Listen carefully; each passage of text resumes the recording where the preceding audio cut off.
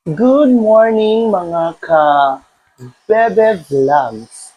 So kung nakikita nyo sa aking harapan ay ang iba't ibang klase ng mga gulay na siguro ay lulutuin natin. Ano? So sa mga susunod na araw.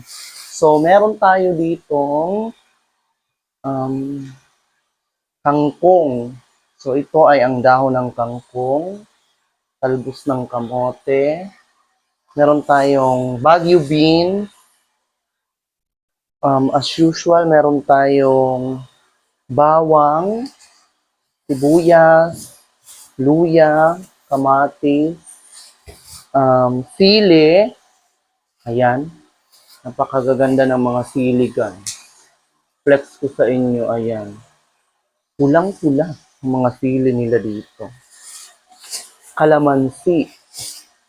So, meron tayong tofu. Yan, o tokwang baboy. Tapos, siling green. O siling haba. Ayan guys. Bagong bili pa yan.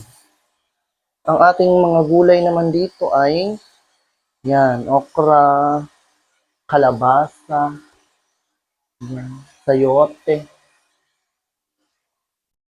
talong. Ang laki ng talong guys. Char. Bakit naman to? Hindi naman to straight. Tapos, meron pa tayong repolyo. Ayan. Repolyo. Tapos, meron tayo ditong ampalaya. Ayan. May mga ampalaya tayo dito, guys. Ayan. Ayan. Tapos, carrots. Dito.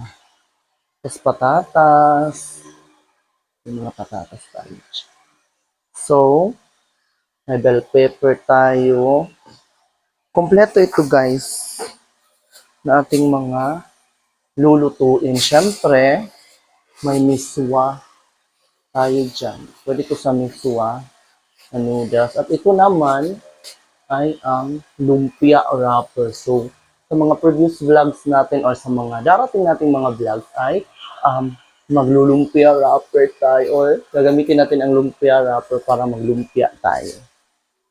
So, may kokumama tayo dito. Very useful ito, guys, na kokumama natin.